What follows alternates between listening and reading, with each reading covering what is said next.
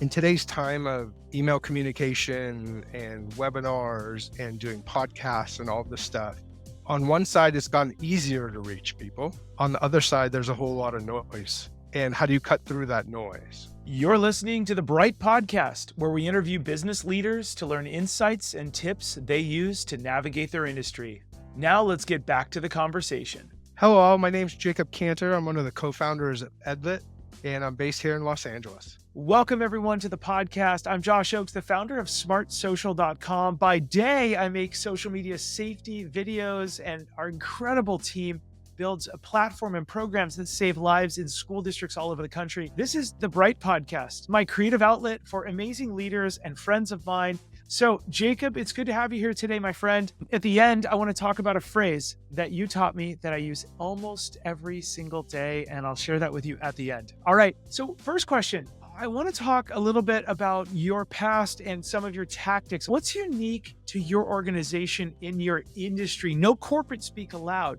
What I do with 17 years of experience selling into school districts, selling into private schools, and now work strategically across a number of different companies. And I challenge all the founders I work with to ask similar questions that I asked you way back in the day, right? If this was easy, how would it get done?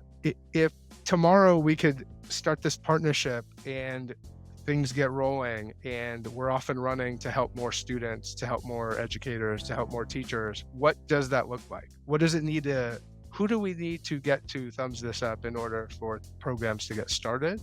So I challenge all my founders I work with to really think about that, right? As they're on with district leaders, as they're on with teachers, like if this was easy, what would it look like? Yeah, I love that. Let's move into a great story. Share a great story about business that you've had maybe in the last 30, 60, 90 days. So one of the founders that I support, they're a nonprofit, they're in the AI literacy space. As they came to me, I met the founder at ASU GSV, and one of the things he asked me is, how do I get AI literacy into the classroom? And mind you, pre-ChatGPT, pre-AI being the rage, nobody knew anything AI related, right? Other than us nerds. The answer to him at that point was, I have no idea what you're talking about.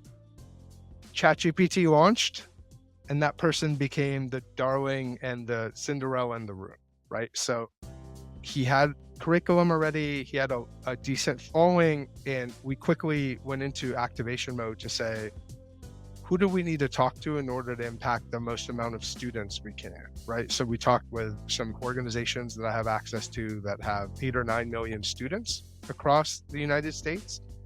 And we were able to go to a large foundation to actually fund the work, right? So really being strategic on the goal was to get literacy in the hands of students. What organization has students to that impact? And then what organization can we bring to the table to really fund the work? That way we can actually move mountains for kids. I love that. And that moves me into the next question for you. What's your favorite saying in your company, with your business partners, with clients that's been relevant recently? One thing that we've been doing more of is a lot of these listening and learning sessions, almost like focus groups with educators, which I know you do a lot of as well. One of the interesting ways that we've been able to get educators to the table is not just ask them to participate, but say, you know, we know your time is very valuable. We want to donate to the charity of your choice for the time you spend with us, right? Like you're giving us your precious resource, you're sharing your knowledge. Like we want to do something in return for you to donate back to the district, to donate to the charity of your choice. That has been shockingly really well received across the education leaders we work with, across the organizations we work with. It feels like it makes everyone feel good. Like we're doing right by students. We're giving great feedback to the organizations that hire us to get some of that feedback. But also we're doing right by the education leaders that are truly spending the time away from 10 other things they're doing with us. Yeah, which is interesting. How much of your success do you attribute to luck versus hard work? I would say both are part of everything, right? I think you know the story, but I cut my teeth working for McGraw-Hill 4 days a week, visiting 30 schools a day. Pre-iPhone, pre-Garmin, MapQuest. I'm dating myself and my 40 years on Earth. MapQuest every single night, setting up my calendar and my day to start me at the furthest point and work my way back and visit as many schools as I can, because I had to hit every single school at LAUSD, and there was 550 of them. So I think if I didn't have that experience of like truly having the pound the pavement mentality for a couple of years and things were easy, I don't know how I would have turned out as a sales rep 17 years later. One thing you and I always talk about in today's time of email communication and webinars and doing podcasts and all this stuff, on one side, it's gotten easier to reach people. On the other side, there's a whole lot of noise. And how do you cut through that noise? And I didn't have the ability to start with email campaigns and a lot of the technology that is around now, right? Like it was, here's your 20 boxes of donuts for the day and go out there and talk to as many people as you can. And here's the schools you have to visit. So I like cut my teeth pounding the pavement. I'm going to speak for you in a way and compliment you and say, you're very good at getting creative to people. And this is where I'm going to dive in first. You pounded the pavement selling that stuff to schools. I ran for city council many years ago and knocked on 2,000 doors, hoping I wouldn't get shot by literally, hey, will you vote for me? I'm the first guy on the ballot. And those type of pound the pavements really taught us how to approach anyone, getting a deal done. Very creative. Here's my favorite saying that you've taught me. Hey, customer, school district, does a world exist where we do this and this for you? You used to say that to me all the time, and I absolutely love it. Because when I say that, no one ever has said to me, I've tried it 300 times if I've tried it once at all. You've tried it 3,000 times. And no one's ever said to me, and probably never, a world doesn't exist there. They always go, hey, here's how that would work. How has that phrase worked for you? Yeah, I love that you reminded me of my own phrase. What's fascinating with that phrase is you're setting the tone of like true inquiry, right? You're not like being a hardcore sales guy. You're not saying, hey, I'm desperate. I need the sale to keep the lights on. You're saying, you've now heard my solution. How do we work together? Show me the way. And if it's not today, and it's 6 months from now or 6 years from now, that's okay too. But what is the ideal situation where we help more students? And I think that's a welcoming, very soft way to just ask, is there a path forward here? Yeah, is there a path forward? And also, one of the things that's really neat too, does a world exist? I think the things that you've come up with over the years and you've taught me, and one of our other colleagues that we know together has taught me, is not everything's about sales or are you going to buy from me? Sometimes it's always, can you look this over? Can I show it to you? Does a world exist where you give me feedback on this? Do you know of anyone? And then they go, I love it. Let me give you feedback. We want that for our organization. That's what I've learned from you. Is it doesn't have to be a sales pitch. It is often, let's look this over together and review it. All right, let me dive into your final question. I've actually got a couple questions for you, but give me a story about a success or failure that made you a better leader, and make it juicy. I want to hear a good one. What really hit home? So after or during my time at McGraw-Hill, one of the school districts that I sold some materials to, it was the end of the year, so May, June, in the same time we're in now, the district and the school was coming due for their like budgets, right? So there was some leftover money. They purchased some last minute materials and said, hey, this is use it or lose it dollars. And being a sales guy, right? What do you do with that? You go to all the surrounding schools and say, hey, Susie at ABC school said she had some leftover money that she could use on some extra material. Is there something I can do for you as well? Do you have leftover money? Do you need more resources? That did not get taken positively by those other principals. My sales brain told me that was 100% the right thing to do.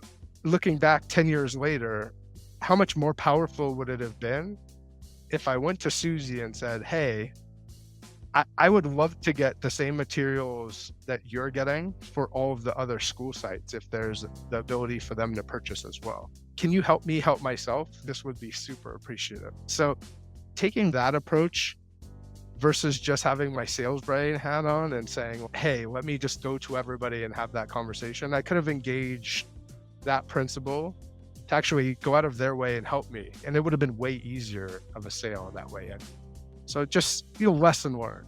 Yeah. But I have to say, I think your organization at smartsocial.com, we have to take those risks. We have to fail quickly. There's this video that I asked all of our sales team to watch the other day. It's by Jocko Willink. It's called Good. Have you seen that video? Where it's a wonderfully produced video where he was a military leader and something went wrong, and one of his military people came up to him, his people that works below him, and said, something went wrong. And he goes, okay, tell me more. And he goes, you're going to say good. Well, what do you mean? You always say good. Well, what do you mean? He goes, yeah, when something goes wrong, you always say good. And so we're leaning into those. Oh, somebody yelled at us. Somebody didn't like us. Somebody shut the door in our face. Great, good. We can make the slides better so that never happens. So I love those stories because I think we have to have probably 200 of those to become the best at what we can do in our aspect. And I wish you the best in that too. I hope we are all failing every day. Tried this, didn't work. Tried this. I want to tell you one more thing I learned from you that I did today, probably an hour ago. A school district said, no, not the right fit. But we have too much on our plate. Cool. I turned around and I sent them a Starbucks gift card. $10. Hey, you're awesome. You spent some time with us. You made our program better. Cheers to you. We'll be in touch as we add new features. Yay. And we sent them $10. Copies on us. That's enough for 2 people now to get a copy. It used to be enough for 8 people to get a copy. Now it's enough for 2 people. But you taught me that Starbucks gift card. If people don't respond to you, or you said if they don't respond, send them some money and they will respond. And now I do it. Hey, we're not working together. That guy will come back to us.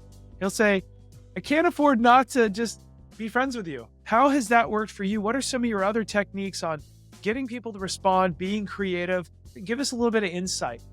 Oh man, you're getting me started on the Starbucks technique. We're sharing some secrets now. I, for probably 5 years running, would spend my Friday mornings writing out handwritten notes to every single person I met that week, the previous week, sometimes a week I've met. It's not hard to find their address, if it's a school, if it's a district, what building they're at. So every week I wrote thank you cards. I'm looking at them now and on one of my shelves, like I literally have a stack of thank you cards and a stack of white envelopes. So lots of stamps, right? So there's a cost to it and a time cost, but imagine you met with somebody, they said, yes, we love it.